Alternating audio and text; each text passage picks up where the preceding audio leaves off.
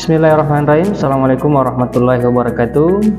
Hamdan wa syukranillah, wassalatu wassalam ala rasulillah nabiyina Muhammadin sallallahu alaihi wa alihi wasallam. Selamat siang, salam sehat dan salam bahagia untuk kita semua. Perkenalkan, nama saya Muhammad Haidar.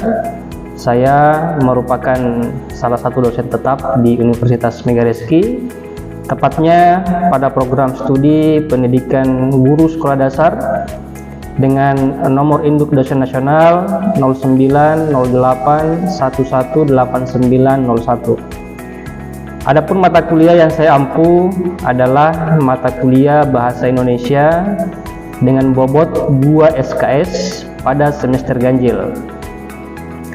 Mata kuliah ini dimaksudkan agar mahasiswa memiliki sikap positif terhadap bahasa Indonesia. Sikap positif tersebut diwujudkan dengan mendorong mahasiswa untuk memelihara bahasa nasional, mengutamakan bahasanya, dan menggunakannya sebagai lambang identitas bangsanya, serta menggunakan bahasanya sesuai dengan kaidah yang berlaku.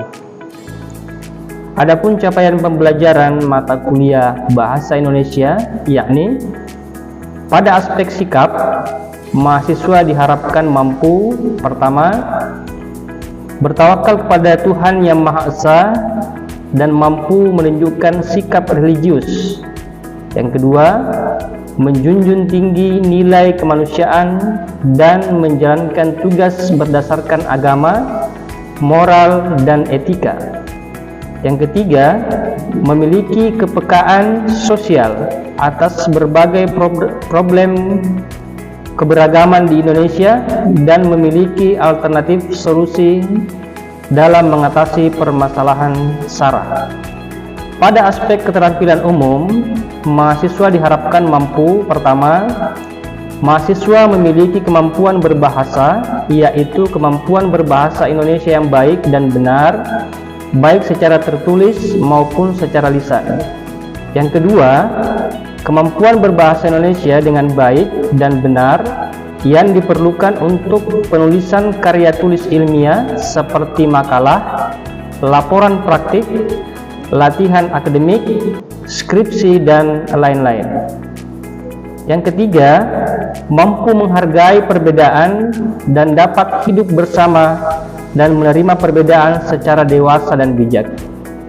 Pada aspek keterampilan khusus, mahasiswa diharapkan mampu, pertama, mahasiswa memiliki kemampuan untuk bisa bekerja dan berkolaborasi dengan berbagai orang, berbagai pihak yang memiliki perbedaan latar belakang yang beragam.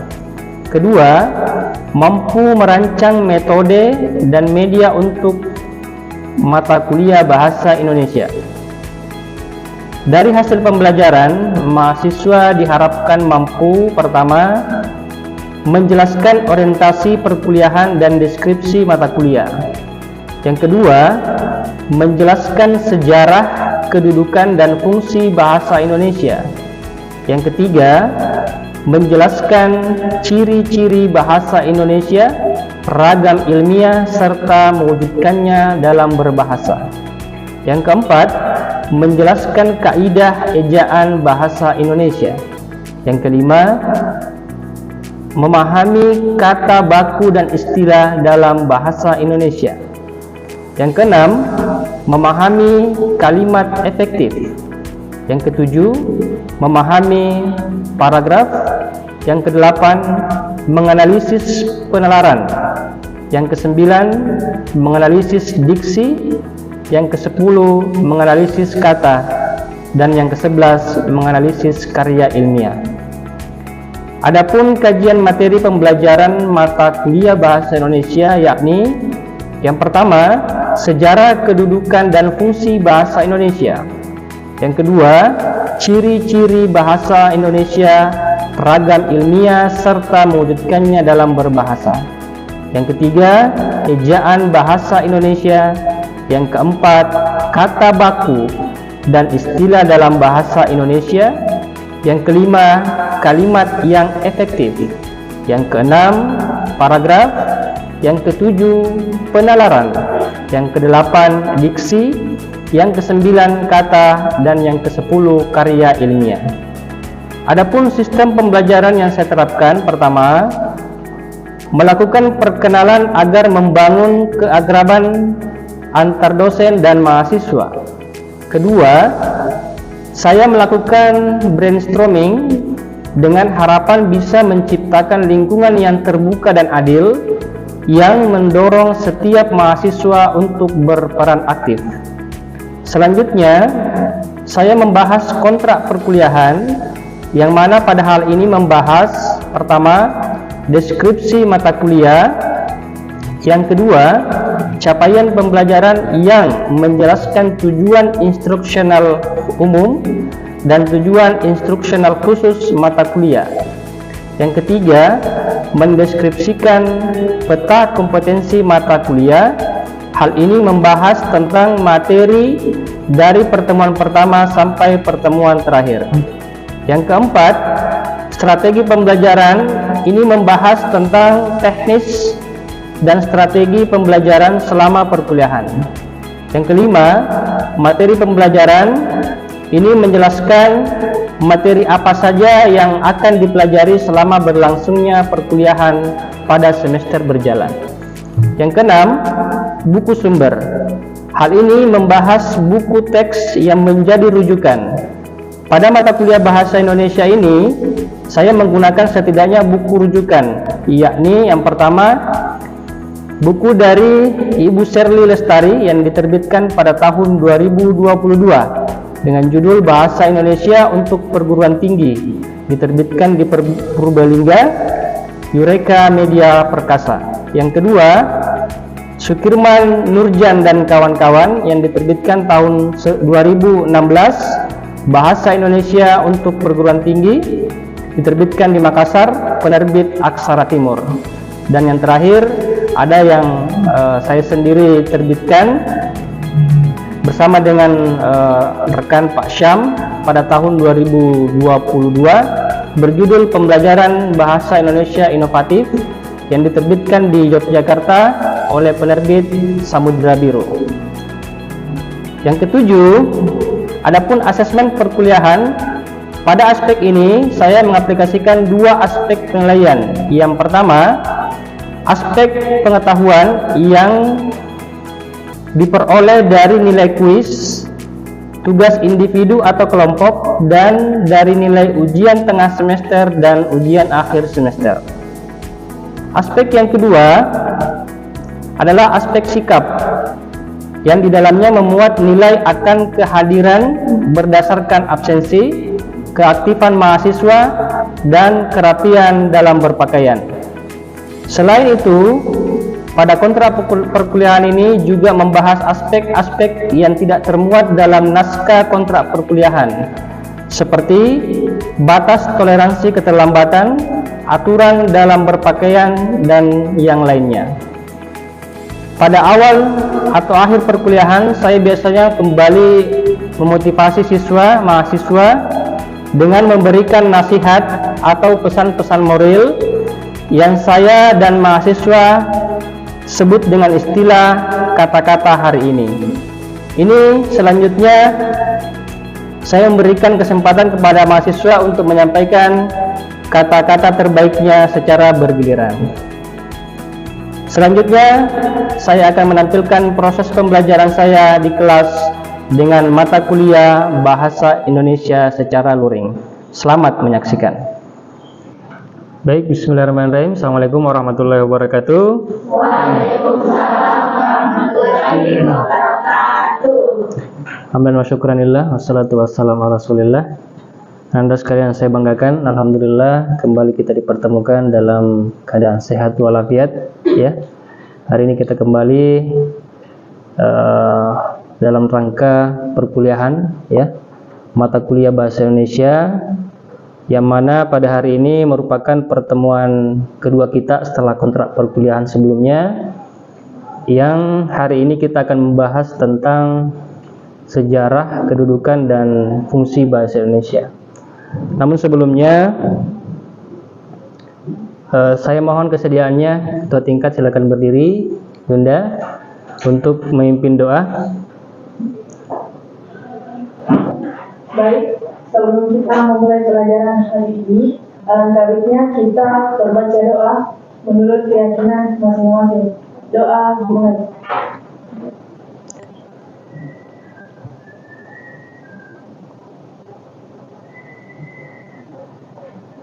Doa selesai. Baik, terima kasih ketua tingkat. Selanjutnya saya akan absen ya. Widya Astuti, Hadir Pak. Nur Syahriani, Hadir Pak. Jihan Salsabila Al-Bainah, Hadir Pak. Novita Fajriani, Hadir Pak. Miranda, Hadir Pak. Vika, Hadir Pak. Aini Maharani, Hadir Pak. Sri Wahyuni, Hadir Pak. Kiki Aulia, Hadir Pak. Risna, Hadir Pak. Tirta Ayuni, Hadir Pak. Wilda Mufida, Hadir Pak. Putri Reishe Agoha, Hadir Pak. Ismi Soraya, Hadir Pak. Andi Jauhara Siri Saudi, Hadir Pak. Siti Teisha, Hadir Pak. Nabila Eka Putri, Hadir Pak. Akila, Hadir Pak. Mirnawati, Hadir Pak. Wulan Lestari, Hadir Pak. Jelianus, Wapia, Hadir Pak. Fransina Wandik, Hadir Pak. Erlin Vanita, Natasha Lehakombu. Hadir Pak. Baik. Selanjutnya saya harap Anda sekalian masih ingat ya, pada pertemuan sebelumnya kita telah membahas tentang kontrak perkuliahan, yang mana saya sudah sampaikan bahwa pada kontrak perkuliahan itu ada batas toleransi keterlambatan kita ya. Iya. Ada yang masih ingat berapa menit? Ya, 10 menit ya. 10 menit. Kemudian pakaiannya juga harus yang seragam ya. Baik, hari ini kita akan belajar tentang sejarah, kedudukan dan fungsi bahasa Indonesia ya. Jadi ada 3 variabel, ada 3 item yang akan kita pelajari bersama hari ini terkait sejarah, kedudukan dan fungsi bahasa Indonesia. Adapun tujuan pembelajaran kita hari ini adalah pertama menjelaskan secara singkat sejarah perkembangan bahasa Indonesia. Kemudian yang kedua menjelaskan tentang kedudukan bahasa Indonesia, dan yang ketiga menjelaskan fungsi bahasa Indonesia dalam kehidupan berbangsa dan bernegara ya. Baik, kita masuk di sejarah bahasa Indonesia. Ya, ada 5 poin yang seperti yang saya gambarkan di atas yang harus Anda sekalian ingat ya, bahwasanya dalam rangkaian pembentukan bahasa Indonesia di negara kita ya, setidaknya melalui 5 tahapan ini ya. Pertama ada namanya bahasa Austronesia ya. Bahasa Indonesia ini adalah rumpun bahasa ya, yang cakupannya sangat luas. Dia berada di pesisir Pasifik ya, sehingga jalurnya itu sangat luas melewati beberapa negara bagian ya. Kemudian yang kedua digunakan sebagai bahasa perhubungan atau lingua franca ya. Lingua franca ini bahasa yang digunakan di zaman dahulu ya, ketika pada zaman dahulu itu proses perniagaan biasanya kan dilaksanakan di perairan ya, atau di kepulauan ya, sehingga muncul istilah lingua franca. Lingua franca ini juga berasal dari Austronesia ya. Kemudian dipersempit lagi pada poin ketiga ya, dikenal dengan istilah bahasa Melayu ya. Kalau sekarang bahasa Melayu itu masih dipertahankan di bagian Sumatera sana? Ada yang tahu? Masih menggunakan bahasa Melayu. Iya. Kalau Anda sekalian suka mendengar lagunya Thomas, sebenarnya Thomas itu bukan orang asli Malaysia. Thomas itu orang Indonesia, ya. Tapi bahasanya menggunakan bahasa Melayu, sehingga banyak orang yang menyangka bahwasanya bahasa yang digunakan oleh Thomas itu bahasa Malaysia, padahal bukan, ya. Kemudian yang keempat adalah proses yang kita kenal dengan Sumpah Pemuda, ya. Sumpah Pemuda pada tanggal 28 Oktober tahun 1928, ya. Diresmikan dalam Sumpah Pemuda bahwasanya bahasa Indonesia dijadikan sebagai sebuah bahasa persatuan. Siapa yang ingat di poin keberapa dalam Sumpah Pemuda ini ditetapkan? Saya. Silakan. Saya poin ketiga, Pak. Ya, betul sekali.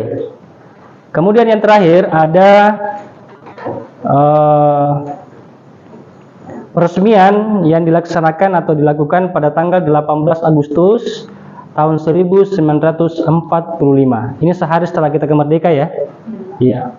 Ditetapkan secara resmi bahasa Indonesia sebagai bahasa negara di dalam Undang-Undang tahun 1945 pasal 36, ya. Berikutnya, kedudukan bahasa Indonesia sebagai bahasa nasional dan sebagai bahasa resmi.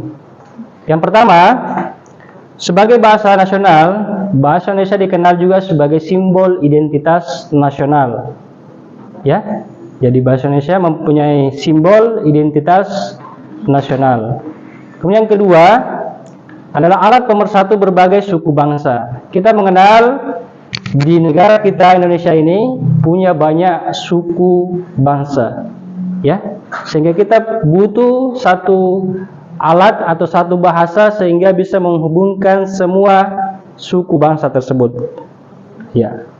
Kemudian yang ketiga, menjadi sarana komunikasi antar negara, ya.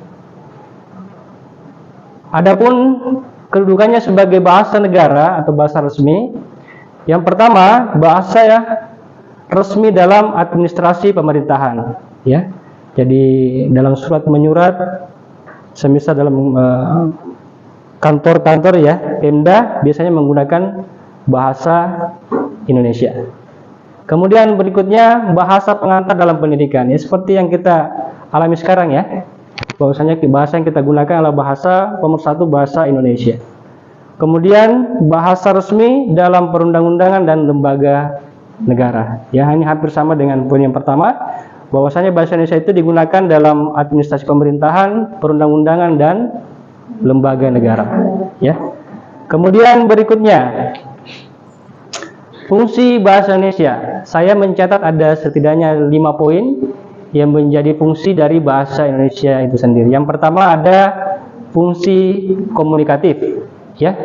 Seperti yang saya disampaikan di awal juga di bagian kedudukan, bahwasanya fungsi bahasa Indonesia sebagai fungsi komunikatif, ya, sebagai alat komunikasi antar daerah dan suku bangsa, ya.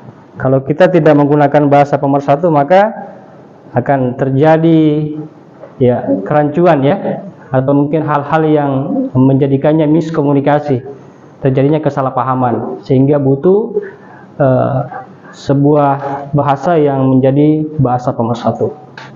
Kemudian berikutnya fungsi ekspresif, ya, menyampaikan gagasan, emosi dan identitas diri, ya.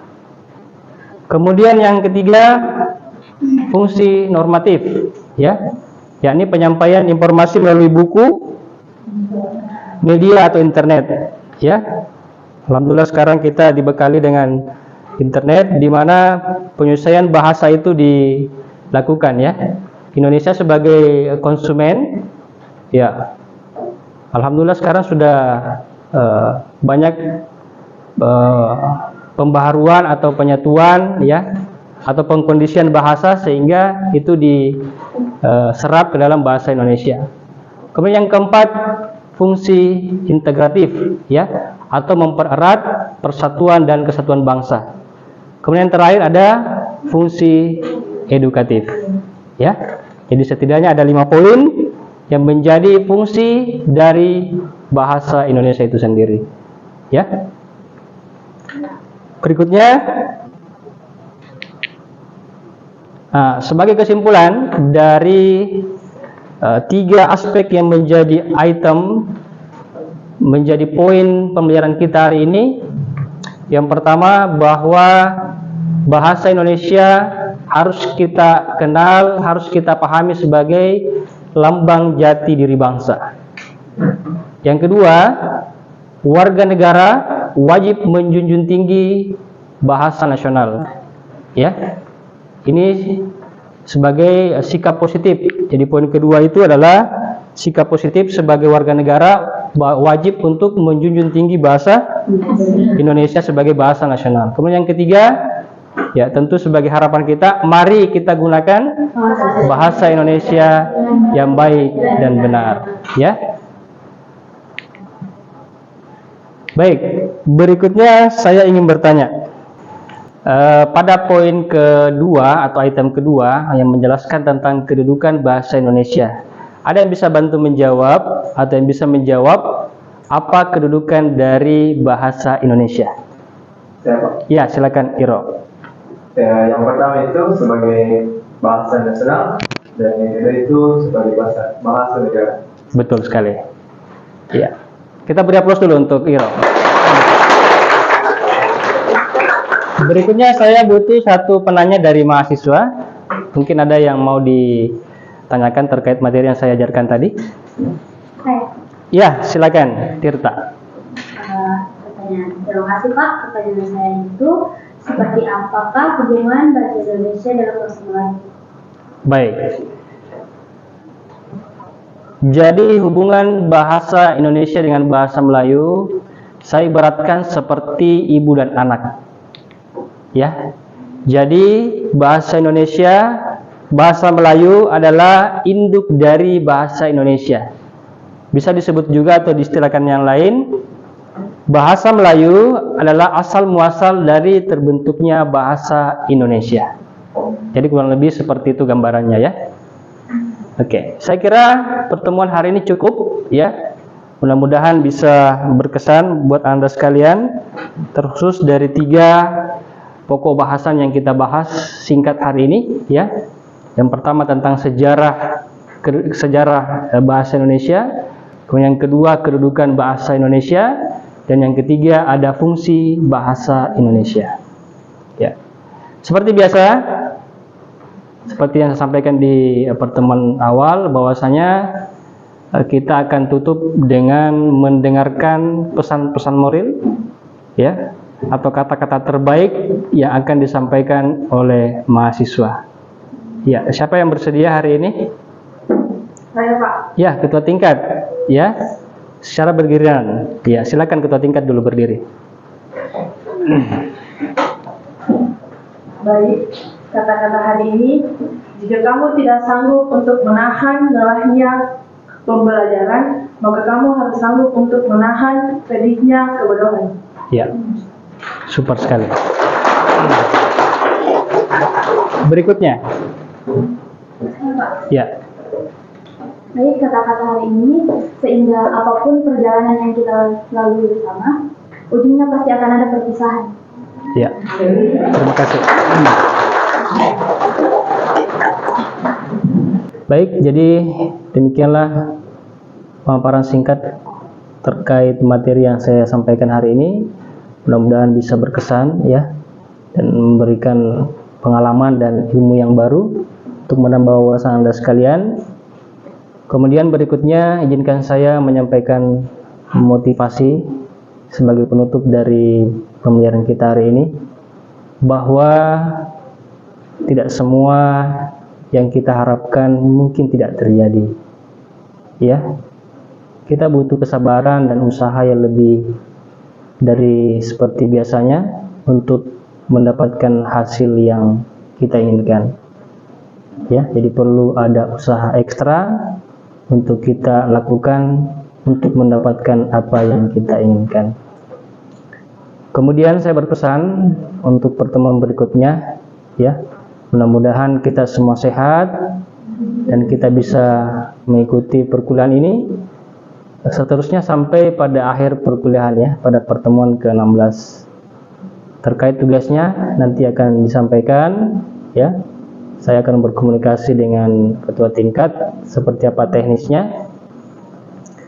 Sekali lagi saya ucapkan terima kasih banyak atas atensinya, ya. Mudah-mudahan kita dalam lindungan Tuhan Yang Maha Esa sehingga kita bisa berproses seperti apa yang kita harapkan. Saya kira cukup untuk pertemuan kita hari ini. Kurang dan lebihnya mohon dimaafkan. Assalamualaikum warahmatullahi wabarakatuh. Waalaikumsalam warahmatullahi wabarakatuh. Ya.